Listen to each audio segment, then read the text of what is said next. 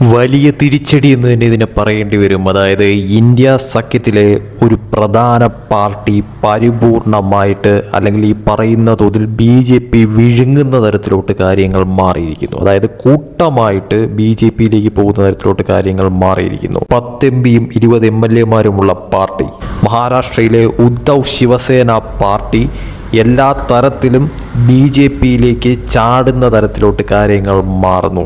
ഉദ്ധവ് താക്കറെ തലയ്ക്ക് കൈവച്ചിരിക്കുന്ന ഒരവസ്ഥ ഇപ്പോൾ ഉണ്ടായിരിക്കുകയാണ്.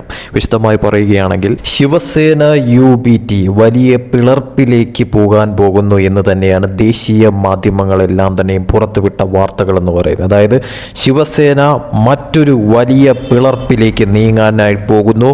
14 മുതൽ 16 MLAമാരും 6 MPമാരും ഉൾപ്പെടെ ഇപ്പോൾ ഈ പറയുന്ന തോതിൽ ഉദ്ധവ് താക്കറെ നയിക്കുന്ന പാർട്ടി വിടാനായിട്ട് തയ്യാറെടുക്കുന്നതായിട്ടാണ് ഇപ്പോൾ ഏറ്റവും വലിയ തോതിലുള്ള ഒരു വാർത്ത പുറത്തു വന്നിരിക്കുന്നതെന്ന് പറയുന്നത്. അതായത് 14 മുതൽ 16 MLAമാരും 6 MPമാരും ഇപ്പോൾ ഈ പറയുന്ന ശിവസേനയിൽ നിന്നും BJPയിലേക്ക് പോകാനായി പോകുന്നു. അതായത് ഭൂരിഭാഗം പേരും ശിവസേന വിട്ടുകൊണ്ട് BJP പക്ഷത്തേക്ക് ചാടാനായി പോകുന്നു. അതായത് ശിവസേന ഉദ്ധവ് താക്കറെ ഒന്നുമല്ലാതാവുന്നു, എല്ലാ രീതിയിലും തരിപ്പണമാകുന്നു എന്ന് തന്നെയാണ് ഇതിൽ നിന്നും വ്യക്തമാവുന്ന കാര്യം എന്ന് പറയുന്നത്.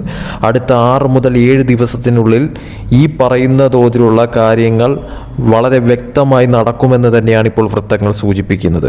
ഇത് യാഥാർത്ഥ്യമായാൽ മഹാരാഷ്ട്ര രാഷ്ട്രീയത്തെ പുനർനിർമ്മിച്ച 2024 പ്രശ്നത്തിന് ശേഷം ഉദ്ധവ് താക്കറേക്ക് മറ്റൊരു പ്രധാന തിരിച്ചടിയായി ഇത് മാറുമെന്നുള്ളത് ഇപ്പോൾ ഉറപ്പായി കഴിഞ്ഞിരിക്കുന്നു. അതായത് ഒരു പാർട്ടി മുഴുവനായിട്ട് ഇല്ലാതാവുന്ന തരത്തിലോട്ട് കാര്യങ്ങൾ മാറുന്നു, BJPയിലേക്ക് ചേക്കേറുന്ന തരത്തിലോട്ട് കാര്യങ്ങൾ മാറുന്നു. ഇത് മുന്നേ തന്നെയും വളരെ വ്യക്തമായിട്ട് മനസ്സിലായിട്ടുള്ള ഒരു കാര്യം തന്നെയായിരുന്നു ഉദ്ധവ് താക്കറേക്ക് തിരിച്ചടി ലഭിക്കുമെന്നുള്ളത്. അതായത് പാർലമെന്റ് തെരഞ്ഞെടുപ്പ് കഴിഞ്ഞതിന് ശേഷം നിയമസഭാ തെരഞ്ഞെടുപ്പ് ആയപ്പോഴത്തേക്കും ഉദ്ധവ് താക്കറെ വളരെ വലിയ തോതിൽ പ്രതീക്ഷ അളവിലുള്ള വിജയം നേടാൻ സാധിച്ചില്ല എന്ന് മാത്രമല്ല, കനത്ത പ്രഹരമാണ് ഉദ്ധവ് താക്കറേക്ക് അവിടെ ഏറ്റത് തന്നെ. BJP ആണെങ്കിൽ വലിയ തോതിലുള്ള തിരിച്ചുവരവാണ് മഹാരാഷ്ട്രയിൽ പാർലമെന്റിലെ ഇലക്ഷന് ശേഷം നിയമസഭാ ഇലക്ഷനിൽ നടത്തിയെന്ന് പറയുന്നത്. അതിലൂടെ തകർന്ന് തരിപ്പണമായി ഉദ്ധവ് താക്കറെ.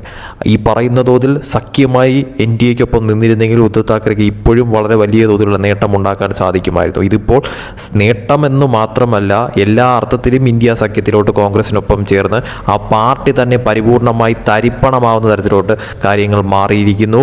നിലവിലുള്ള പാർട്ടിക്കുള്ളിലുള്ള MPമാർ MLAമാർ അടക്കം ഈ പറയുന്ന ദിവസങ്ങൾക്കുള്ളിൽ ഈ പറയുന്ന പാർട്ടി വിട്ടുകൊണ്ട് BJPയിലേക്ക് ചേക്കേറുന്ന തരത്തിലോട്ട് കാര്യങ്ങൾ മാറുമെന്ന് തന്നെയാണ് വളരെ പ്രധാനപ്പെട്ട റിപ്പോർട്ടുകൾ ഇപ്പോൾ പുറത്തു വരുന്നതെന്ന് പറയുന്നത്. ഇതിപ്പോൾ എന്താണോ ബംഗാളിൽ മമതയ്ക്ക് TMCക്ക് സംഭവിച്ചുകൊണ്ടിരിക്കുന്നത് അതേ അവസ്ഥ തന്നെയാണ് ഇപ്പോൾ മുംബൈയിൽ ഈ പറയുന്ന തോതിൽ ശിവസേന, അതായത് ഉദ്ധവ് ശിവസേനയ്ക്കും അതോടൊപ്പം തന്നെ അവിടുത്തെ ഇന്ത്യ സഖ്യത്തിനും ഇപ്പോൾ സംഭവിച്ചുകൊണ്ടിരിക്കുന്നത്. എന്ത് തന്നെയായാലും കോൺഗ്രസിനെ സംബന്ധിച്ചിടത്തോളം കനത്ത തിരിച്ചടിയാണെന്ന കാര്യത്തിൽ സംശയമില്ല.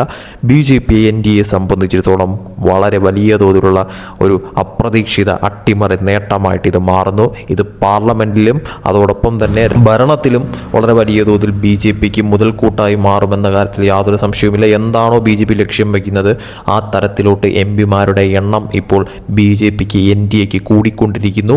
ഇന്ത്യ സഖ്യത്തിൻ്റെ MPമാരുടെ എണ്ണം ഇപ്പോൾ ദിനം പ്രതി കുറഞ്ഞുകൊണ്ടിരിക്കുന്ന തരത്തിലോട്ട് കാര്യങ്ങൾ മാറിയിരിക്കുന്നു എന്നുള്ളത് വളരെ കൃത്യമായി മനസ്സിലാക്കാൻ സാധിക്കുന്നു.